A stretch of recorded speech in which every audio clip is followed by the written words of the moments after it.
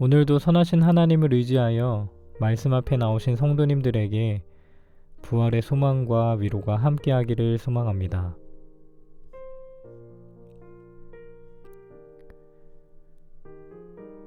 이제 하나님의 임재와 도우심을 구하는 기도 드리겠습니다. 이 시간 말씀 앞으로 나아갑니다. 이 세상의 그 어떤 것도 태초 이전부터 살아계신 말씀이신 예수 그리스도보다 더 완전한 것이 없음을 고백하며 저희 마음을 주님께 열어드립니다. 주님께서 말씀으로 저희 마음에 오셔서 저희의 희망이 되어주시고 기쁨과 위로 그리고 평화가 되어주소서. 이 모든 간구 예수 그리스도의 이름으로 기도드립니다. 아멘. 이제 하나님께서 오늘 우리에게 주시는 말씀을 읽겠습니다. 먼저는 구약성경 이사야 55장 5절입니다.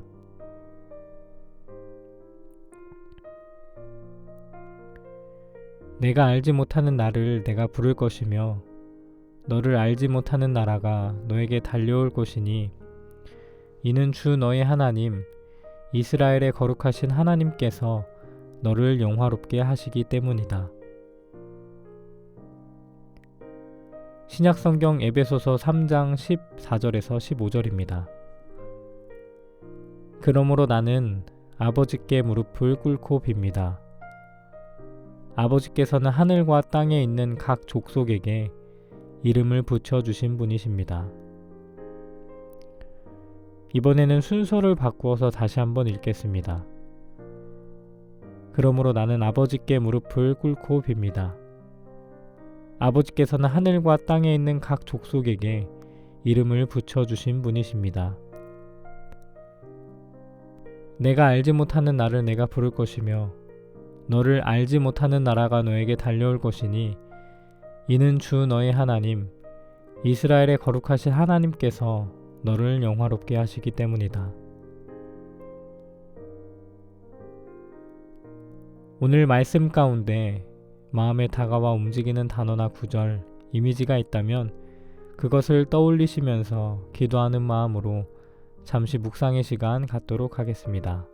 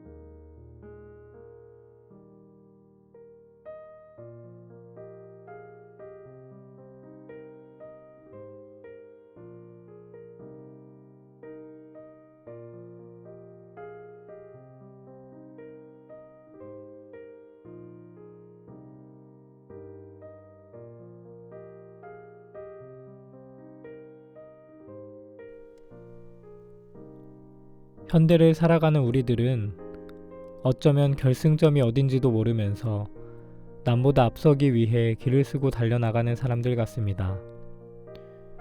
누구나 다 행복을 구하지만 행복해 보이는 사람은 많지 않습니다. 다들 왜 그리 힘들어 보이는지 우리는 저마다 자기 속도에 맞추어 세상을 살기보다는 세상이 정해준 속도에 맞추느라 허둥댑니다.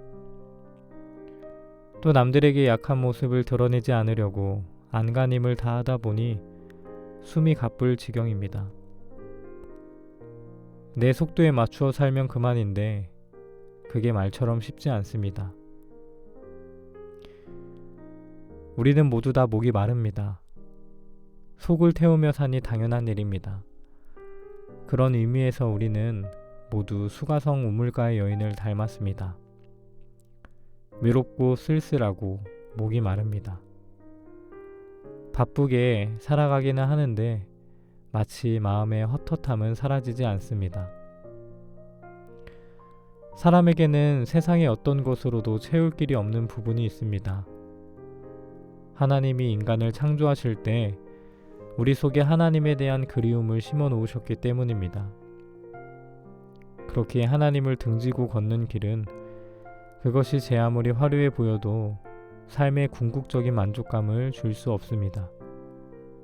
우리에게 필요한 것은 오직 하나님뿐입니다.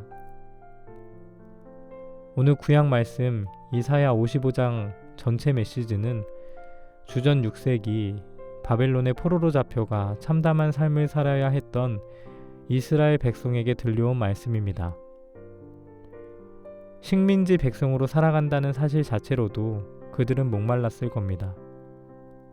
시편의 시인은 바벨론의 강변 곳곳에 앉아서 시온을 기억하며 울었다고 말합니다. 그들은 고국 땅으로 돌아가는 날만을 기다립니다. 다시 한번 주님의 은총을 맛볼 수 있기만을 기다립니다. 그런데 예언자는 하나님의 초대를 전하고 있습니다. 목마른 사람들, 돈 없는 사람들, 누구라도 와서 하나님의 잔치에 참여하라는 것입니다. 제 아무리 고달파도 삶은 계속되기 마련입니다. 아니, 계신 곳 없는 하나님을 향해 마음을 여는 순간 우리 속의 우울함이나 어둠은 사라지게 마련입니다.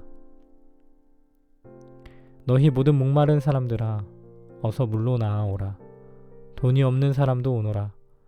너희는 와서 사서 먹되 돈도 내지 말고 값도 지불하지 말고 포도주와 젖을 사라. 하나님의 말씀에 귀를 기울이는 것 말고는 우리 영혼을 지켜낼 방도가 없습니다. 그러나 세상의 소음에 적응된 우리 귀는 하나님의 말씀을 잘 가려듣지 못합니다. 우리 귀는 늘 사람을 향해 열려 있습니다. 어쩌다가 유용한 정보가 얻어 걸리기도 하고 무엇보다도 그렇게 해야 왕따를 당하지 않을 수 있다는 생각 때문인지 모르겠습니다. 세상의 귀를 열고 살다 보면 재미있는 사람이 될 수도 있고 유능하고 똑똑한 사람이 될 수도 있겠지만 그것만 가지고는 참답게 산다 할 수 없습니다. 참 사람은 어떻게 하면 고생을 면해볼까? 어떻게 하면 유명해질까?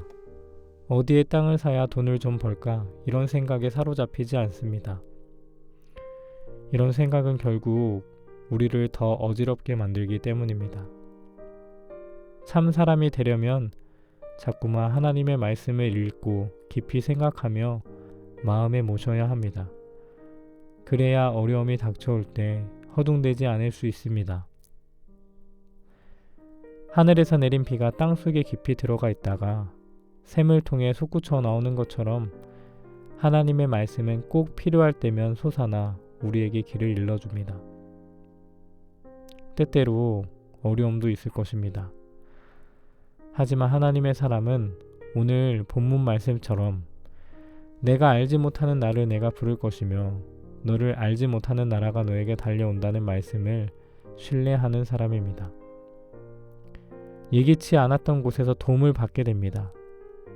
이스라엘 백성들은 페르시아의 고레스 임금이 등장하면서 도둑처럼 다가온 해방의 날을 맞았습니다. 어느 누가 예측이라도 했을까요?